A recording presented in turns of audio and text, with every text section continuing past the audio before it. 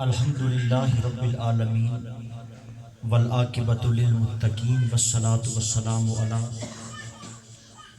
سید الانبیاء والمرسلین ورحمۃ للعالمین وراحۃ العاشقین ومراد المشتاقین سیدنا وسندنا ومولانا محمد المصطفیٰ صلی اللہ علیہ وآلہ واصحابہ اجمعین.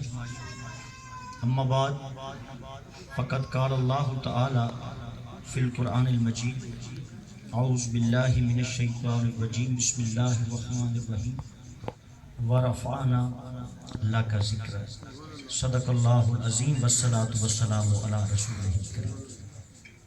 نہایت ہی واجب الاحترام، واجب القدر فقیر سلطان کلیت حضور پیر محمد اقبال چشتی صابری دامت برکاتہم عالیہ بانی محفل، واجب الاحترام صدر محفل حضور قبلہ پیر غلام فرید چشتی نظامی صاحب، من جملہ تمام حسین و جمیل صاحب المقام صاحب المرتبت مشائخ عظام عاشقان رسول اکرم صلی اللہ علیہ وآلہ وسلم، بہت بڑی ہماری خوش نصیبی کہ ربیع الاول کی ان بابرکت باعظمت اور مقدس ساعتوں میں ہم اہل نسبت حضور گنج شکر زہد الانبیاء فرید الدین مسعود والی بحر بر کی نسبت میں بیٹھ کر اپنے آقا کی محفل سجائے بیٹھے ہیں. میلاد محفلیں ہر جگہ ہوتی ہیں. اس مہینے میں ہر گلی بازار کوچہ آنگن حضور کی محفلوں سے سجا ہوا ہے. لیکن کوئی بندہ یہ سوچ سکتا ہے 10 سے 15 منٹ کی میری گفتگو ہے، اور ایک بات جو میں شروع سے واضح کر دینا چاہتا ہوں، کوئی بندہ یہ سوچ سکتا ہے کہ محفل حضور کی ہے، مہینہ حضور کا ہے، یہ عجیب لوگ ہیں، خواجہ فرید کا نام لے رہے ہیں، خواجہ معین کی باتیں کر رہے ہیں، مخدوم صابر پاک کی باتیں کر رہے ہیں. کسی بندے کے ذہن میں خیال آ سکتا ہے کہ بھئی میلاد کی محفل ہے، ربیع الاول کا مہینہ ہے، آج تو گلیوں بازار حضور کی باتوں سے سجتے ہیں. یہ عجیب طرح کے لوگ ہیں، اپنے گھر میں مخدوم پاک کا ذکر کیے بیٹھے، اپنے گھر میں شاہ کلیر کا تذکرہ لے رہے بیٹھے، اپنے آنگن کو خواجگان کے ذکر سے سجائے بیٹھے. تو ایک بات میں واضح کر دینا چاہتا ہوں میرے بھائیوں، میرے عقیدے کے مطابق حضور کا میلاد حضور کی تعریف کا نام ہے. جو بندہ بھی حضور کا میلاد مناتا ہے حضور کی تعریف کرتا ہے. یہ بہت عظیم محفل ہے. عام محفلوں میں حضور کی زلفوں کی تعریف ہوتی ہے، حضور کے رخسار کی تعریف ہوتی ہے، حضور کے در و دیوار کی تعریف ہوتی ہے، حضور کے شہر کی تعریف ہوتی ہے، حضور کے حسن کی تعریف ہوتی ہے. یہ وہ محفل ہے جہاں پر تعریف ہو رہی ہے تو حضور کے ثابت کی ہو رہی ہے، حضور کے مخدوم کی ہو رہی ہے، حضور کے فرید کی ہو رہی ہے، حضور کے خواجہ غریب نواز کی ہو رہی ہے. تو خواجہ معین الدین کا تذکرہ کرنا کسی غیر کا نہیں ہے، دراصل نعت محمد مصطفیٰ صلی اللہ علیہ وسلم ہے. کیوں؟ کیونکہ ہم بتاتے ہیں کہ یہ وہ ہستیاں ہیں جو کملی والے آقا کی غلام ہیں. آؤ اگر حضور کی شان کو دیکھنا ہے تو شاہ سنجر سے دیکھو، شاہ کلیر سے دیکھو، پاک پتن کے راجہ سے دیکھو، غریب نواز سے دیکھو، سلطان الہند سے دیکھو. تو میرے بھائیوں، یہ محفل کوئی عام محفل نہیں ہے. بس نظر کو رقص پروانہ بڑی مشکل سے ملتا ہے، دلوں کو ذوق رندانہ بڑی مشکل سے ملتا ہے. جس سے پوچھو وہ ہے دیوانہ، جسے کہو وہ ہے دیوانہ، جسے کہتے ہیں دیوانہ وہ بڑی مشکل سے ملتا ہے. جس کو کہتے ہیں دیوانہ وہ بڑی مشکل سے ملتا ہے. جو بھی رکھا ہے وہ انداز وفا رکھا ہے، میں نے دل کے مندر میں تیرا عکس سجا رکھا ہے. انہی کو سوچو، انہی کو چاہو، انہی کی بات کرو، ان کی باتوں کے سوا دنیا میں کیا رکھا ہے، ان کی باتوں کے سوا دنیا میں کیا رکھا ہے. مجھے حکم ہوا کہ میں نے 5-7 منٹ کے لیے حضور کی آل کا تذکرہ کرنا ہے. اسی آل کے تذکرے کو ایک میں قرآن مجید کی آیت سے جوڑتے ہوئے 2 سے 4 نقطے بیان کر کے اجازت چاہوں گا. اللہ تعالیٰ قرآن مجید میں فرماتے ہیں وَرَفْعَنَا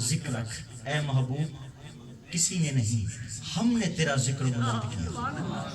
لوگ کہتے ہیں نا حضور کا ذکر اتنا بلند نہ کرو کہ حدوں کو پار کر جائے۔ میں کہتا ہوں ساری کائنات کی حدیں جہاں پر ختم ہوتی ہیں وہاں سے خداوند ذوالجلال کا مرتبہ اور مقام شروع ہوتا ہے۔ کائنات کا مالک ہے جو مرتبے اور مقام سے ماورا ہے، خالق اللہ، مالک اللہ، رازق اللہ، ساری کائنات سے بڑا اللہ۔ ارے لوگوں جو تم ہمیں حضور کے ذکر سے روکتے ہو اور کہتے ہو ذکر اتنا بلند نہ کرو کہ تمام حدیں پار کر جائیں، قرآن سے سب پوچھو کہ وہ ذکر بلند کون کر رہا ہے؟ اللہ اکبر، اللہ سب سے بڑا، اللہ سب سے بڑا، وہ جو سب سے بڑا ہے وہ اپنے مرتبے اور مقام سے کیا فرماتا ہے؟ وَرَفَعْنَا لَكَ ذِكْرَكَ، محبوب میں کائنات میں سب سے بڑا ہوں اور میں تیرا ذکر بلند کر رہا ہوں، میں تیرا ذکر بلند کر رہا ہوں۔ تو میرے بھائیوں خدا کا ذکر سب سے بڑا ہے، اور جس کا ذکر خدا بھی بلند کرے اس کو محمد مصطفیٰ احمد مجتبی سرور کونین کہتے ہیں۔ اس کا ہرگز یہ مطلب نہیں ہے کہ خدا کے ذکر سے حضور کا ذکر بلند ہے، نعوذ باللہ، یا خدا کے مرتبے سے حضور کا مرتبہ بلند ہے۔ سمجھانا یہ چاہتا ہوں وہ خدا ہو کر، مالک کل ہو کر، سب سے بڑا ہو کر، فقط جس کا ذکر کو بڑا کرنا چاہتا ہے اس کو محمد مصطفیٰ صلی اللہ علیہ وسلم، اور جس کی طرف میں آنا چاہتا ہوں، جس بات کی طرف میں اپنی توجہ اور آپ کی توجہ کو مرکوز کرنا چاہتا ہوں، وہ حضور جن کا ذکر خدا بلند کرے، اس محبوب کو تاریخ نے مکے اور مدینے میں، مدینے کی گلیوں میں، مدینے کے بازاروں میں جن شہزادوں کو بلند کرتے دیکھا ہے اس کو حسن اور حسین کہتے ہیں۔ کوئی پوچھنا چاہے کہ حسین کیا ہے؟ اللہ محمد چار جار حاجی کا جا کتاب ورفانا لَكَ ذِكْرَكَ، اللہ فرماتا ہے محبوب تجھ کو میں نے بلند کیا۔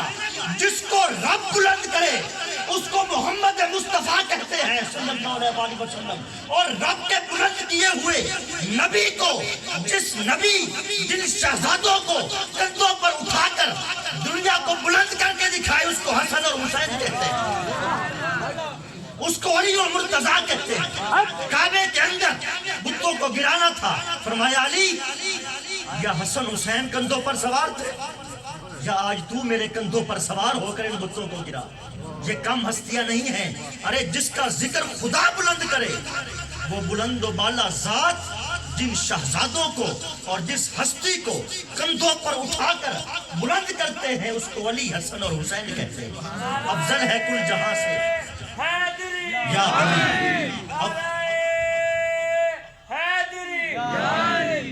افضل ہے کل جہاں سے گھرانہ حسین کا، نبیوں کا تاجدار ہے نانا حسین کا۔ بس ایک پل کی تھی حکومت یزید کی، یہ صدیاں حسین کی ہیں زمانہ حسین کا، صدیاں حسین کی ہیں زمانہ حسین کا۔ خالق نے کچھ اس طرح سے اتارے ہیں محمد صلی اللہ علیہ وسلم، ہر دور میں ہر شخص کو پیارے ہیں محمد۔ اکثر در زہرا پہ یہ جبرائیل نے سوچا پیغام کسے دوں یہ تو سارے ہیں محمد، پیغام کسے دوں یہ تو سارے ہیں۔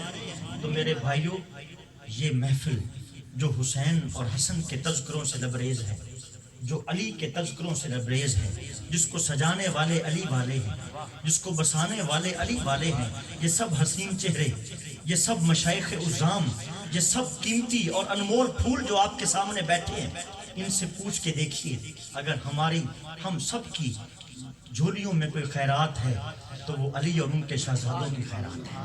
یہ آستانے حضور کی آل کے ترانوں سے لبریز ہیں، ان آستانوں پر شمع روشن ہے تو حضور کی آل کی شمع روشن ہے۔ یہ مرتبے، یہ مقام، یہ عظمتیں، یہ قطبیت، یہ غوثیت، یہ کسی کو بھی اگر عطا ہوئی ہے خدا کی قسم ہے اگر ہوئی ہے تو مولا کائنات کے در و دیوار سے عطا ہوئی ہے۔ ایسے نہیں بات کر رہا، کاش کوئی، میں نے پہلے کہا ہے نا، کاش کوئی سمجھانے والا مل جائے کہ علی ہوتا کیا ہے، حسن اور حسین ہوتے کیا ہے۔ ان کی شان کو سننے کے لیے ان آستانوں کی درگاہ پر آنا پڑتا ہے۔ یہ جو مخدوم پاک کا ذکر ہے، یہ وہ در و دیوار ہے جو صحیح معنوں میں بتاتے ہیں کہ علی کیا ہے۔ علی کوئی چھوٹی بات نہیں ہے۔ میں اگر آپ کو ایک راز کی بات بتاؤں، آپ حیران ہو جائیں گے کہ اللہ تعالیٰ نے کس طریقے سے ہم سب کی گھٹی میں علی کو مانگنا لکھ دیا۔ لوگوں کو پتہ نہیں ہے۔ مسجد میں ہر کوئی جاتا ہے، اللہ تعالیٰ ہر ایک کو توفیق عطا فرمائے۔ کتنی دفعہ جاتے ہیں؟ کم و بیش 5 دفعہ، کم از کم کتنی دفعہ؟ 5 دفعہ۔ مسجد میں جانے کی علماء کرام موجود ہیں۔ دعا کیا ہے؟ جب بندہ مسجد میں جاتا ہے دعا کیا ہے پتہ ہے آپ کو؟ اللہم افتح لی ابواب رحمتک، اے اللہ میرے لیے اپنی رحمت کے دروازے کھول دے، میرے لیے اپنی رحمت کے دروازے کھول دے۔ یہ میں آپ کو جو خزانہ دینا چاہ رہا ہوں، ان مشائخ عظام کا صدقہ اور جن کی مسندوں پر یہ تشریف فرما ہے، اس شاہ کلیر کے چوکھٹ کا صدقہ آپ کو میں بتانا چاہ رہا ہوں کہ ہم علی کو کہاں کہاں مانگتے ہیں۔ اللہم افتح لی ابواب رحمتی کا، اے اللہ اپنی رحمت کا دروازہ کھول دے، اپنی رحمت کے دروازے ہر کوئی پڑھتا ہے، کبھی سوچا اس کی رحمت کیا ہے؟ اللہ کی رحمت کیا ہے؟ جو اللہ فرماتا ہے میرے لیے اپنی رحمت کے دروازے کھول، یا اللہ تیری رحمت کیا ہے؟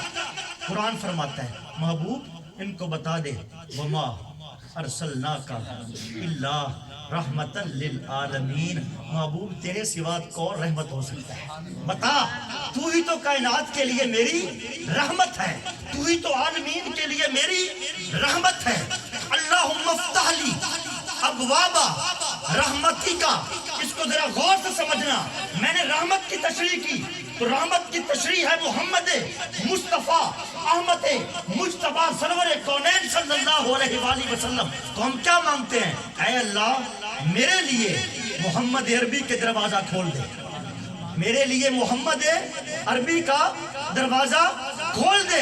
یا رسول اللہ صلی اللہ علیہ وآلہ وسلم، ہم تجھ تک تو پہنچ گئے، قرآن نے بتا دیا کہ تو ہی خدا کی رحمت ہے، اب جو دروازہ کھلنا ہے تجھ سے پوچھنا چاہتے ہیں، اے محبوب تیرا دروازہ کون سا ہے جس کو ہم مانگنے مسجد میں آئے ہیں؟ حضور نے فرمایا انا مدینۃ العلم وعلی بابوہا، میں مدینہ علم ہوں اور میرا دروازہ علی ہے، میرا دروازہ علی ہے۔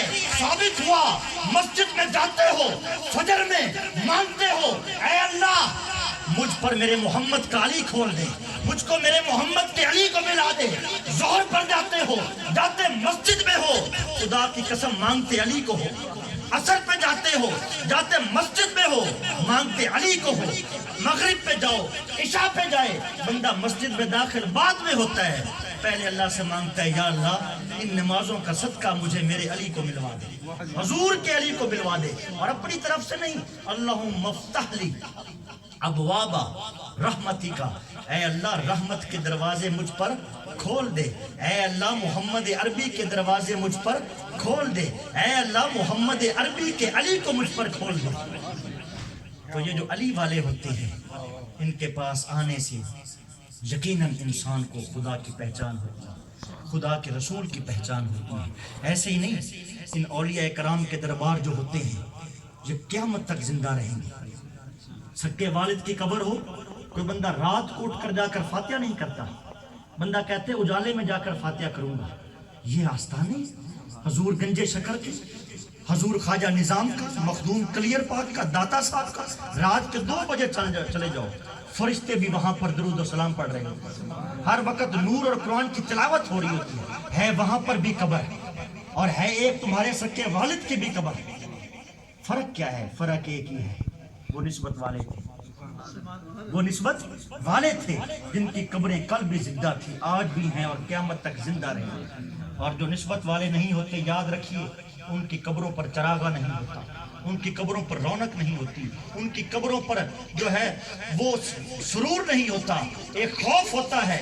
جو اہل اللہ ہوتے ہیں ان کی مزارات پر نور برس رہا ہوتا ہے، وہاں پر سرور ہوتا ہے، وہاں پہ کیف و مستی ہوتی ہے۔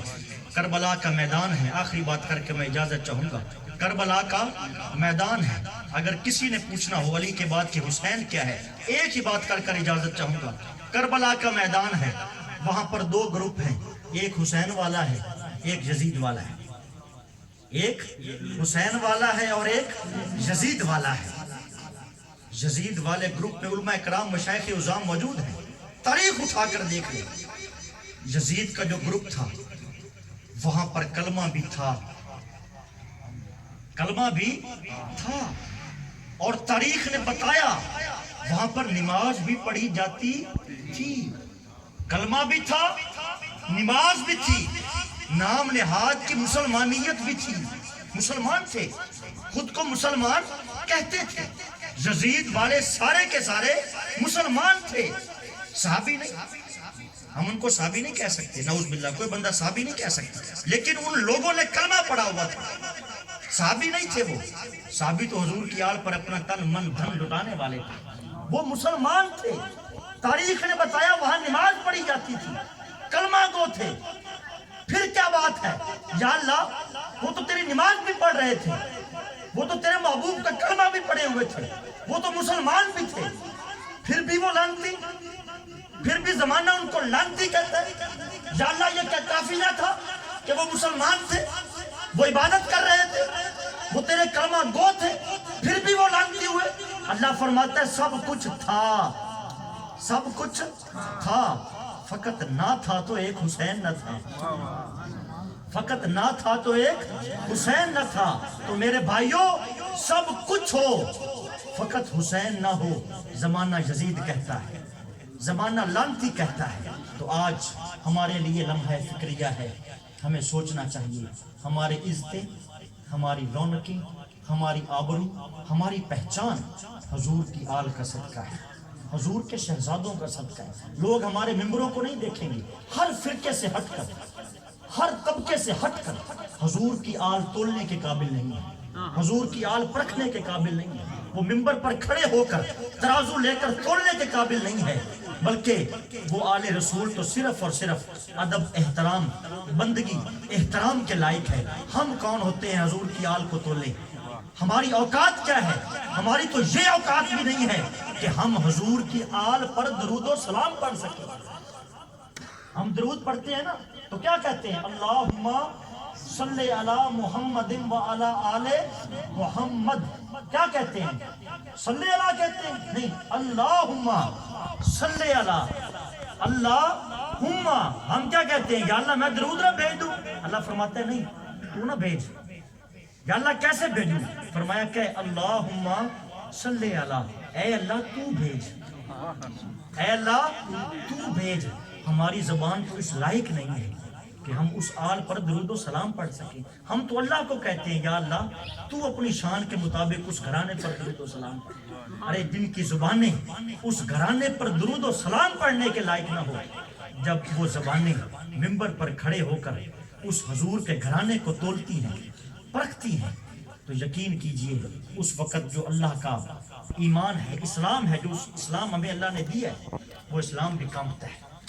جن کے در و دیوار سے ہمیں کتاب ملی، جن کے در و دیوار سے ہمیں نماز ملی، ہمیں روزہ ملا، ہمیں حج اور زکوٰۃ ملی، ہم مسجد والے بنے، ہم توحید والے بنے، ہم مسلمان بنے، انہی شہزادوں کو انہی کے علم سے ہم تولنا شروع کر دیں، یہ ہماری کم عقلی اور نادانی ہے۔ تو میرے بھائیوں، وقت بہت ہو گیا، میں یہی التجا کرنا چاہتا ہوں، یہ نسبت کی جو محفلیں ہوتی ہیں، یہ محفلیں آیا کرو، یہاں پر صحیح معنوں میں حضور کا عشق اور حضور کی محبت نصیب ہوتی ہے۔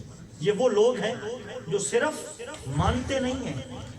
اگر کوئی پوچھنا چاہے نا کہ یہ پیر اقبال چشتی صابری صاحب کے پاس آنے سے کیا ملتا ہے، یا ہمارے مشائخ عظام صدارت میں بیٹھے ہیں، ان کے پاس آنے سے کیا ملتا ہے، تو بندہ پوچھ سکتا ہے کہ بھائی ہم تو عالم کے پاس جاتے ہیں، وہاں سے تو ہمیں بڑی باتیں ملتی ہیں، وہاں سے تو ہمیں بڑی خدا کی تعریفیں ملتی ہیں، یہاں پر کیا الگ ہے کہ وہاں پر جایا جائے؟ تو اس کا ایک ہی واقعہ میں بیان کر کے اجازت چاہوں گا۔ حضرت امام احمد بن حنبل، حضرت امام احمد بن شریعت کے امام ہیں۔ کس کے امام ہیں؟ شریعت کے امام ہیں۔ حنبلی ایک مسلک ہے جس کے پیروکار حضور غوث اعظم بھی ہیں۔ حنبلی مسلک کے وہ امام ہیں،